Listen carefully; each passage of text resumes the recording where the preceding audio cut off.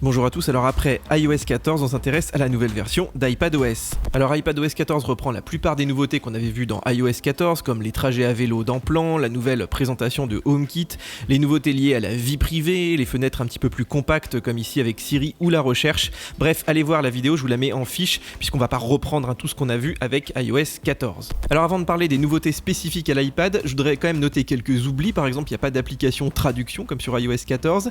Il n'y a pas non plus, vous savez, la possibilité de mettre les widgets au milieu des icônes. Voilà, il y a bien les nouveaux widgets avec les piles, etc.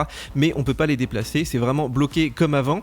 On n'a pas non plus de bibliothèque d'applications. Alors sans doute qu'il y a moins d'applications peut-être installées sur les iPads, mais en tout cas ça aurait été quand même pratique. On n'a toujours pas non plus d'application météo, alors que le widget, lui, il est bien là.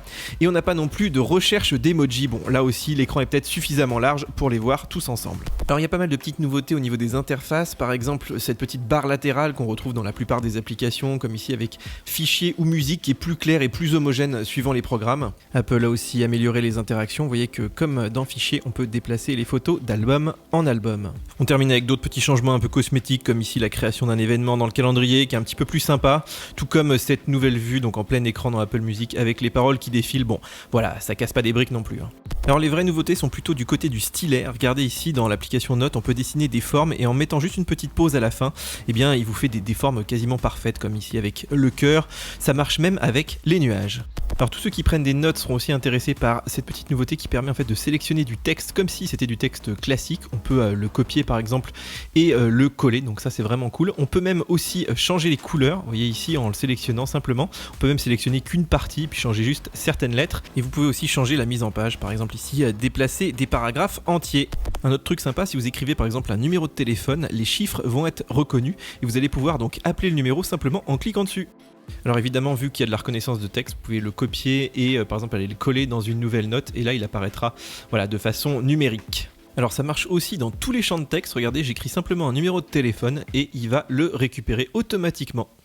En fait, ça permet de se passer du clavier. Regardez ici par exemple dans Safari pour taper une URL, c'est assez pratique. Puis regardez, si vous voulez vraiment vous passer du clavier, il y a cette petite fenêtre flottante qui apparaît quand vous écrivez à l'écran et qui permet par exemple de valider une recherche, voilà, sans avoir à faire apparaître le clavier.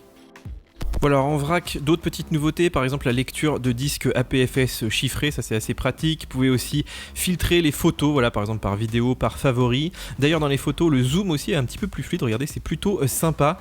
Et puis on a aussi un sélecteur de photos qui est un petit peu changé, on peut utiliser la recherche intelligente intégrée.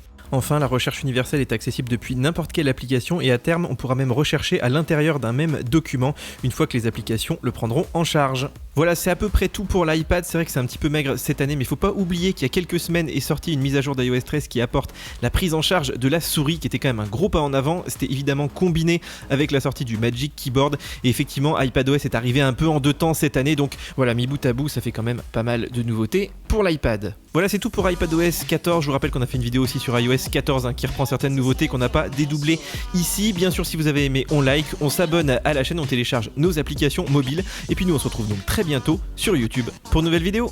Ciao ciao. There goes a sight from my soul.